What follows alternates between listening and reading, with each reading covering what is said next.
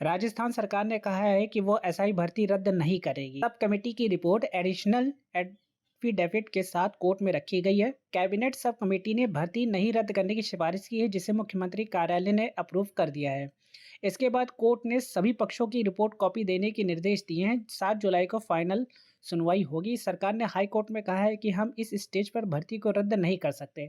सरकार की ओर से कहा गया कि कैबिनेट सब कमेटी ने एसआई, गृह विभाग और डीओपी और सांख्यिकी विभाग की कई रिपोर्ट का अध्ययन किया। इसके आधार पर सब कमेटी की सिफारिश है कि फाइनल भर्ती को रद्द नहीं किया जाना चाहिए। अतिरिक्त अधिवक्ता ने बताया कि कैबिनेट सब कमेटी ने 4 सिफारिश की थी, जिसमें पहली सिफारिश ये थी कि एसआईटी मामले की जांच जारी रखी जाएगी। दूसरी ये थी कि जो अभ्यर्थी पकड़े जाते हैं उन्हें ही डिबार किया जाएगा। तीसरी ये थी कि भर्ती में ऐसी स्थिति नहीं आई है कि हम गलत और सही के बीच में अंतर कर पाएँ। ऐसे में फिलहाल भर्ती को रद्द करना सही नहीं होगा। और चौथी ये थी कि आगे होने वाले ऐसे भर्ती में इस भर्ती में शामिल हुए अभ्यर्थियों को आयु सीमा में छूट दी जाएगी।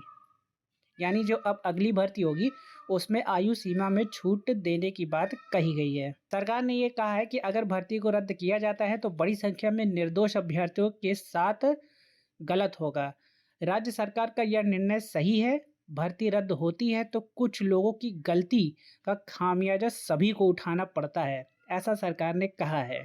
वहीं सरकार की रिपोर्ट पर याचिकाकर्ताओं की ओर से वरिष्ठ वकील ने कहा है कि सरकार अपनी पावर का मिसयूज कर रही है। पहले यही सब कमेटी भर्ती को रद्द करने की सिफारिश करती थी और अब यही कमेटी भर्ती को जारी रखने की सिफारिश कर रही है। जब एक ही सब कमेटी 2 अलग-अलग सिफारिश कर सकती है तो फिर हाई कोर्ट को भी सरकार की इस निर्णय का न्यायिक समीक्षा करने का अधिकार है।